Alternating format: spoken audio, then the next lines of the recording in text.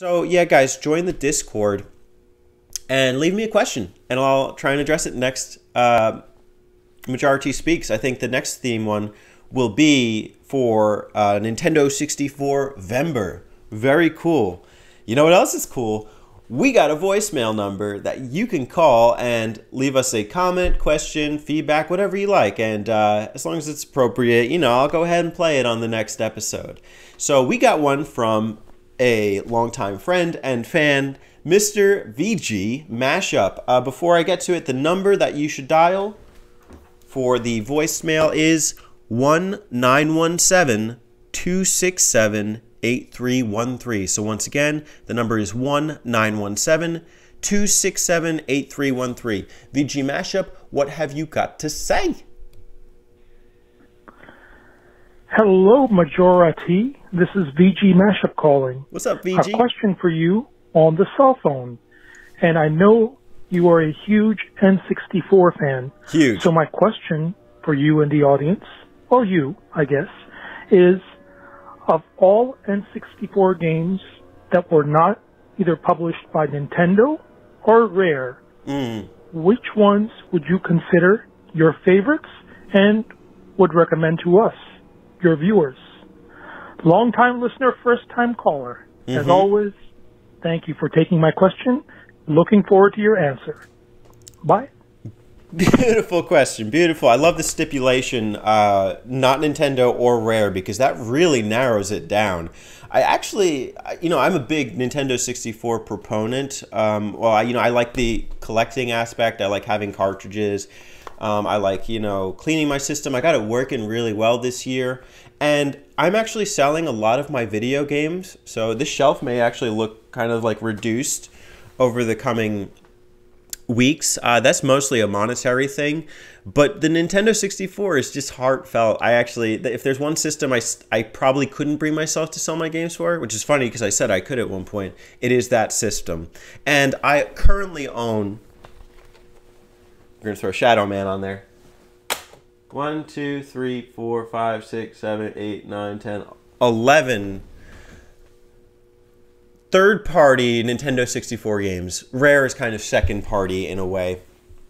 So I want to go through each of them and tell you which ones I do recommend and don't. A footnote, I actually modded my N64 so it plays import games. And if you see a Japanese copy, that's why. Some of these are Japan only, which we can get into, but we're going to go through each of them. And we'll start with Shadow Man. So I would recommend this if I didn't know there was a remake coming.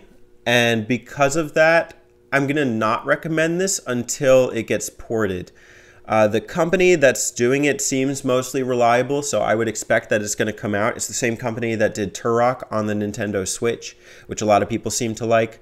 So I would recommend waiting on Shadow Man until that gets a port. This is Goemon 3D. I would not recommend this if you have the Japanese version because it's hard to know exactly what you're doing. It's a cool premise for a game, but I can't enjoy it right now because I don't know what I'm doing. Shadowgate 64 is kind of an anomaly on the Nintendo 64, and I happen to really like it. It's like a 3D point-and-click adventure. I just wish it was like easier on the eyes. It's particularly fugly. I don't know if I'm like semi-cursing there, but it does not hold up well. I remember some character models that look absolutely garbage in this, but the quality of the gameplay is terrific. This desperately needs to get remade or remastered or something. Shadowgate is a very cool series that I would like to dig more into if I was better at it. I felt I've made it the farthest in this one compared to all the other Shadowgates. There's actually, I think there's like 3. But it became too much, and you lose your place if you don't pick it up for a while. So I would not recommend this unless you, I don't know, unless you can withstand bad graphics. It is graphically bad. Sin and Punishment is absolutely recommendable, yes, but footnote, you do need to have either a Game Shark for playing Japanese games, or you need to hard mod your N64 to play it. This is, I guess, in the vein of Star Fox 64. You'd call it an on-rail shooter. A very fun game, very cool game. I've enjoyed playing it. It makes you kind of fight for the high score. It's about a 2-hour game. You can save your progress. Interestingly enough, the voice acting is in English, but the subtitles are in Japanese, and yet it's only playable on Japanese consoles. Don't know why. I don't mind. It's a fun game. Very well played. Very recommendable. Sin and Punishment. Excite Bike 64. Is this actually a Nintendo game? I don't know. I'm going to have to hold off on this because I don't know if it is or isn't. I don't like it though.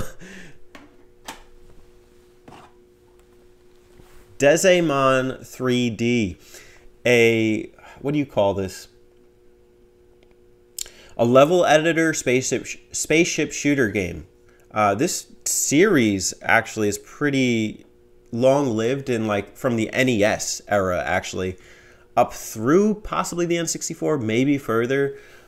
This game has actual games in it too. It has like 2 fully fleshed out spaceship shooter segments, and like one's kind of a cute 'em up and the other one looks like Star Soldier, which I don't own anymore, but I did like that game quite a bit. Vanishing Earth, by the way. This is just bizarre. I've never even heard of a spaceship shooter level editor type of game before. So for that reason alone, I would recommend this. Absolutely.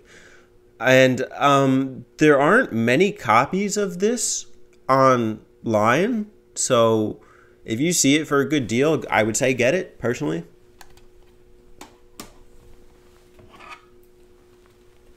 Shiren the Wanderer 2. Oh my god, this game is beautiful. I really should perfect my Japanese to play it. If you don't know Japanese well, I would probably say no. But if you do know the Mystery Dungeon games pretty well and kind of the mechanics, and you've played a Shiren game before, I might say yes. I'm going to pause on recommending this for now until I actually like dig into it myself and really try it. But I will, because I really like the Shiren series. It's brutally hard, but the music's great. I think it's like the same guys that like do the Dragon Quest music. This is actually Chunsoft, I think. And it's a visually striking game. You know how I was saying Shadowgate like looks ugly? This does not. This looks great. This reminds me like visually of maybe like Kirby 64 combined with like the visual appeal of, or like the aesthetic appeal of Goemon. So I might recommend Shiren. Maybe. Work on your Japanese though. Cruisin' USA. I suck at this game. No, I don't recommend it because it's hard. Is this a Nintendo 64 or a Nintendo first-party published game? Man, I didn't do my research. Maybe a lot of people like it though. So if they can recommend it if they want, I can't make it past the second arcade stage. So Castlevania gets a lot of harsh criticism. I happen to really like this game. I think it's really good. As far as a 3D action adventure title, the music's great. The monsters are great. It actually has vampires. I haven't played a Castlevania besides this one that has vampires that aren't Dracula. So that's cool. And just some really good combat. I know people like, harp on this game for not, but I personally think the Medusa heads in the first Castlevania are more annoying than in this one. There's so many memorable segments here, like one where you're ascending a clock tower and then there's like a thing at the top, and then another one where you open the gates and then suddenly there's like a giant skeleton like waiting to attack you. Just from the start of the game to the finish, it's just action-packed, it's dramatic, it's really good. This one gets a lot of harsh criticism that I don't think it deserves, and if you want to enhance your experience with this, Legacy of Darkness is like the same game but with added segments. Also, there's 2 character choices here. Both play really well. One's Reinhardt, he's got the whip. The other's Carrie, she's got magic. And then you get like the alternative items. But each character has several stages that are exclusive to them. So I would definitely recommend it for that. Yeah. This is a homebrew, Banjo Dreamy. Some might call it a Banjo 3E because it's like the spiritual third Banjo game. But if you're expecting this to be as kind of like classic story driven as the first two Banjo games, it's not. It's actually one of those like kind of brutally hard remade 3D Banjo platformers without like story. It's more about the crazy platforming. It's hard to explain this properly, but it's not the first two Banjo games. But I'd still recommend it to Banjo fans. Very cool. The guy's name is Lago, like, you know, it's the toilet in Banjo Tooie, or it's Grunty's toilet, her personal toilet, and he adapted that name, and then he's like kind of like the voice that like speaks to you throughout the game. So I don't know, bizarre, but fun and cool. I should probably say this. It gimps Banjo's moveset. So you start off the game and you do like a half jump. That's the max jump, and you have to like unlock the standard moves before you get anything else. I've made it decently far, but like it's weird. I should talk about it at a later time. So, anyways. And this is Flying Dragon, a 3D fighting game. Interesting. I wouldn't recommend it. I don't think it's like that great, but it's cool. It's different. I don't know many 3D fighting games on the Nintendo 64, so that's my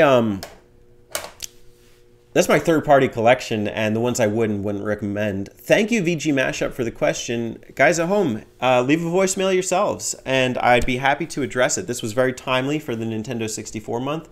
Also, what a coincidence, we, Alex, Spencer, and I, on the Button Mappers, all did a game talk on third-party Nintendo 64 games. So stay tuned for the first Monday of November to hear us talk about those.